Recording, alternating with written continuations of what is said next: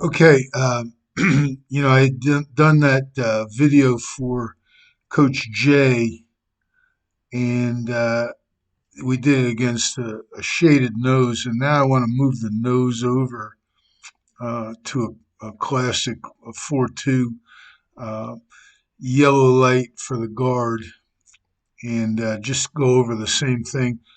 Zone left or duo right. Here's the read spot, and here are the linebackers. I took the spots out for a moment and put linebackers in. A little sloppy with my drawings, but that's probably from all the injuries, motorcycle injuries, the chainsaw a little bit. I don't have control of the hand like I used to, but that's neither here nor there. Anyway, with a G front, okay, this is again the accordion side, and this is the veer side, okay. We're going zone left or duo right, and in the A gap, moving the backers. I left spots out here and a fitter here. Could be a fitter coming here too. It would change the way the backers see it. But again, we're going to uh, take the dig step, looking for the spot, the widest spot, and then we're going to dig the end, and we can tear him out because we're not in combo with anybody. Okay, and now we're going to go to this guy. Okay, he's going to dig and he's looking for the end, the spot, the whole bit. He's going to dig the nose. It's yellow light, and the center is going to hammer. Okay, now we would call this an even combo. That would put these two guys working together. And again, in C gap runs, we don't necessarily call combos. We kind of let it unfold. Um, in A gap runs, because it's down, attacking the line of scrimmage inside and everyone's collapsing, we do call combos. So this guard is going to dig him out. And we were using hay bale quite a bit, a hay bale combo. And I replaced his technique. This is still essentially a hay bale combo, but I replaced his technique. I think I used to call it a downshift. Uh, he'd stay square, but this dig became a lot more useful because we could quickly check the gap. Now, if this guy comes late, we're probably going to give it up. But if he comes late, we're hoping that we can get it. But if he comes now, and backer, anybody coming now, and the guard sees it, he abandons the combo. Of course, the nose should go right to the center. The center will grab it. But let's just say it's static. Uh, he is going to either skip or shuffle, and then he's going to go with wind up. If he skips, it's going to be this leg, okay, right leg, skip first, then open the left leg. If he shuffles, he's going to open the left leg immediately. Okay. And then when he goes to hammer, of course, he's got to close. He's got like a first baseman. He's going to stretch out and close the left leg and hammer it. Okay. He's going to use long arms. The hammer is two hands. Okay. And he's not going to use his headgear. I let them use their shoulders, especially if they don't have great strength in the upper body. But generally speaking, if this guy hammers properly, he's gonna avalanche. He's gonna sink down into the ground and lock his arms out and hammer this guy over. And now he can tear him out because it's a hammer. Now we didn't differentiate. We just said even. Even if there was a nose over the center, we still called it even. But you could probably say even yellow or something like that, or even red, so that everybody knows that the center's saying that I'm uncovered. There's nobody. It's no green light. I'm not expecting a chip.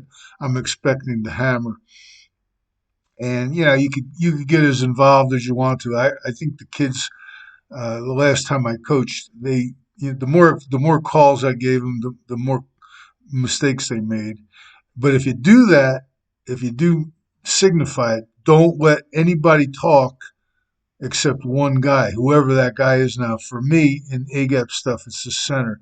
In C gap stuff, it's the tackle or the tight end if the tight end's present. We don't want to have a bunch of people talking. We want one person talking. One person's the captain of the ship. If he sees this thing as red light, he says it. If he sees it as green light, he says it. If he sees it as odd with a zero nose and he wants a combo here, that's what he says. He's in charge. One guy. Okay, we're all wrong together. All right, and we have a lot less TFLs like that. Okay, so anyway, he's going to hammer this up, and then he is going to do what he has to do to get in front of and match that linebacker. Okay, it's just he'd like to get leverage. Uh, he doesn't want to cross the linebacker. He'd like to get in front of him, and he's going to grab him with his right arm and try to throw him out. But he's not going to let it. And if he has to rewind to because this man is got a middle X going, it'll be real easy for him to pick up the backer that replaces this one. Okay, so he's going to rewind. He's not going to turn his shoulders. He's going to translate the whole time. Once he opens his shoulders that way, that's the way he's going. And even when he hammers and closes, he does not, he does not want to rotate. He doesn't want his shoulders to go this way. He wants to just rewind back and pick up that backer if he's crossing. Okay. Generally speaking, uh, he'll see that pretty easily. And there's usually some guy in here uh, giving it, the fitter comes over here and gives it away, the middle X. So it's pretty easy to see. Okay, now, last video I didn't talk about these guys, but I just want to reiterate.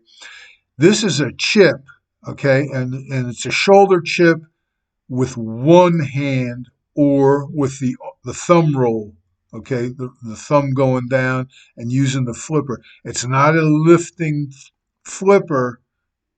I shouldn't say that. It is to a point, but it's not. He's got to stay coiled. He can't stand up and Crowther sled the thing. He's got to stay coiled. He's got to keep that leg open. He doesn't close it, and he rewinds to chip. And if the chip isn't there for some reason, if the tackle rocks out, middle X, something like that, he is not going to go chasing that thing. He's waiting for a looper. He's waiting for a fitter. He's waiting for whatever. But he's turning into a rock. And he's not going to vacate quickly because it puts a lot of pressure on the tackle. Okay, the tackle is skipping all the way.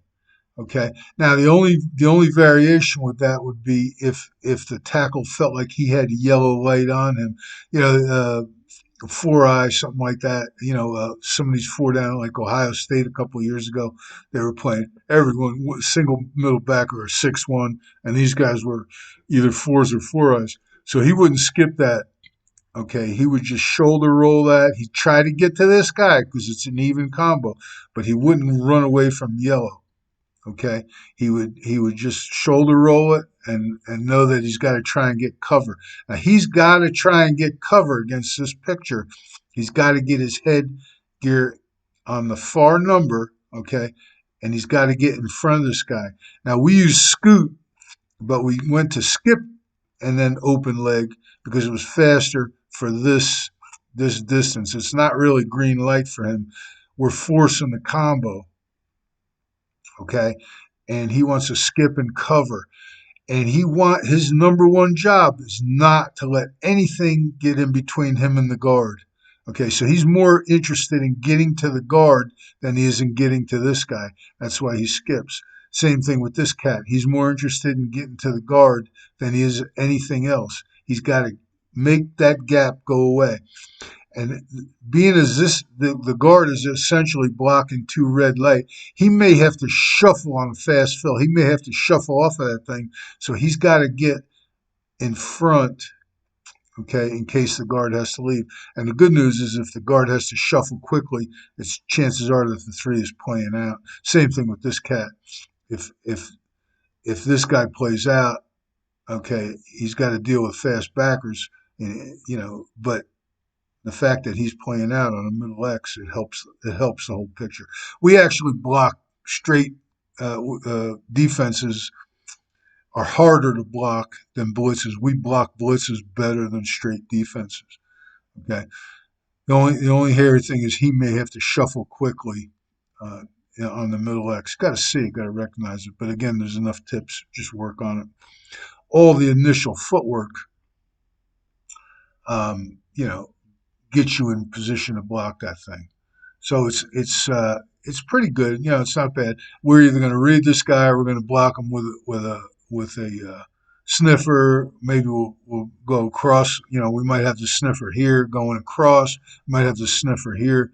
Okay, and if he's here, he's never going to go at the guy. He's always going to go where the tackle is vacating.